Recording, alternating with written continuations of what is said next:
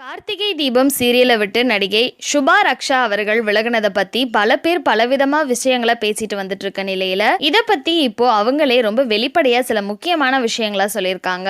அதுல அவங்க என்னெல்லாம் சொல்லியிருக்காங்க அப்படிங்கறத பத்தி தான் இப்போ இந்த வீடியோல நம்ம தெளிவா பார்க்க போறோம். ஜீ தமிழ் சேனல்ல செம்பருத்தி சீரியலுக்கு அடுத்து நடிகர் கார்த்திக் ராஜ் அவர்கள் நடிப்புல ரொம்பவே சூப்பரா போயிட்டு இருக்க சீரியல் தான் கார்த்திகை தீபம். இந்த சீரியல்ல நடிச்சிட்டு வர எல்லா கேரக்டர்ஸ்க்கும் நல்ல முக்கியத்துவம் இருக்கனால இதுல நடிக்கிற எல்லாருக்குமே அதிகமான ரசிகர் கூட்டம் இருக்காங்க. இதுல குறிப்பா இந்த சீரியல்ல ஐஸ்வர்யா கேரக்டர்ல நடிச்சிட்டு வந்த நடிகை சுபா ரக்ஷா அவர்கள் திடீர்னு சீரியலை விட்டு விலகிட்டாங்க. இதை தொடர்ந்து அந்த கேரக்டர்ல இப்போ நடிகை சாந்தினி அவர்கள் தான் நடிச்சிட்டு வராங்க. ஆனா பல ரசிகர்கள் ஏன் அவங்க விலகுனாங்க, நல்லா தானே நடிச்சிட்டு வந்தாங்க, என்ன ஆச்சு அப்படின்னு பல கேள்விகளை கேட்டுட்டு வந்துட்டு இருந்த நிலையில இத பத்தி அவங்களே என்ன சொல்லியிருக்காங்கன்னா, நான் கார்த்திகை தீபம் சீரியலை விட்டு விலக உண்மையான காரணம் எனக்கு தனிப்பட்ட முறையில சில பிரச்சனை இருந்துச்சு. அதனாலதான் வேற வழியே இல்லாம சீரியலை விட்டு விலக வேண்டியதா போச்சு.